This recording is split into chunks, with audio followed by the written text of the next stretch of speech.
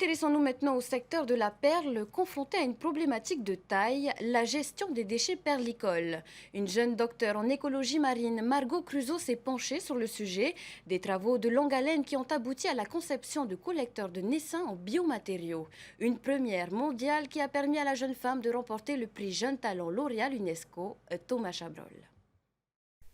Elle veut rendre les lagons plus propres.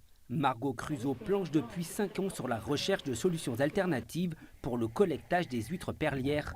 Car l'image de la filière perlicole est ternie, les matériaux utilisés génèrent depuis 40 ans des volumes conséquents de déchets. Les collecteurs classiques en ombrière sont polluants, ils produisent des microplastiques et libèrent des substances toxiques dans le lagon en se dégradant au fil du temps. Actuellement, dans les lagons perlicoles, donc ça correspond à peu près à 28 îles et atolls, il y en a quand même 6 millions de déployés selon les autorisations délivrées en plus. 6 millions et peut-être plus. Les pratiques des perliculteurs ont été étudiées sur 3 sites, les Gambiers, Aroutoua et Takapoto. Selon les études menées, 1600 tonnes de déchets plastiques seraient ainsi produites chaque année par l'ensemble de la filière. L'Université de la Polynésie a travaillé avec la Direction des ressources marines et un institut de recherche néo-zélandais. Ensemble, ils ont conçu une première version d'un collecteur biodégradable. On est parti sur l'idée qu'on voulait quelque chose de 100% biodégradable. Donc on a sélectionné des matériaux pour produire notre biomatériau qui sont d'ores et déjà connus pour être 100% biodégradables. Donc on partait avec une base sûre.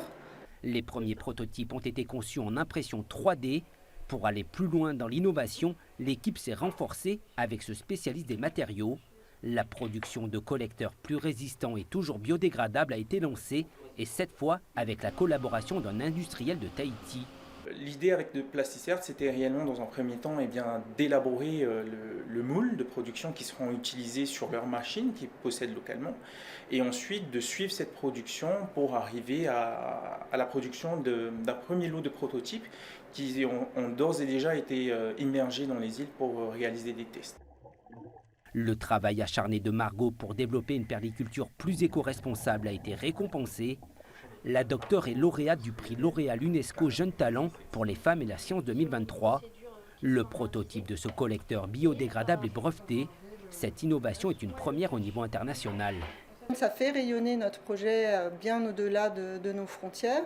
J'espère que ça va avoir des effets aussi par rapport à l'obtention de moyens supplémentaires, puisqu'en fait, comme on l'a vu, c'est vraiment plusieurs étapes. C'est très long de proposer un prototype avec toutes les vérifications scientifiques préalables, pas mettre quelque chose dans l'eau et puis au bout de 15 jours dire ça marche.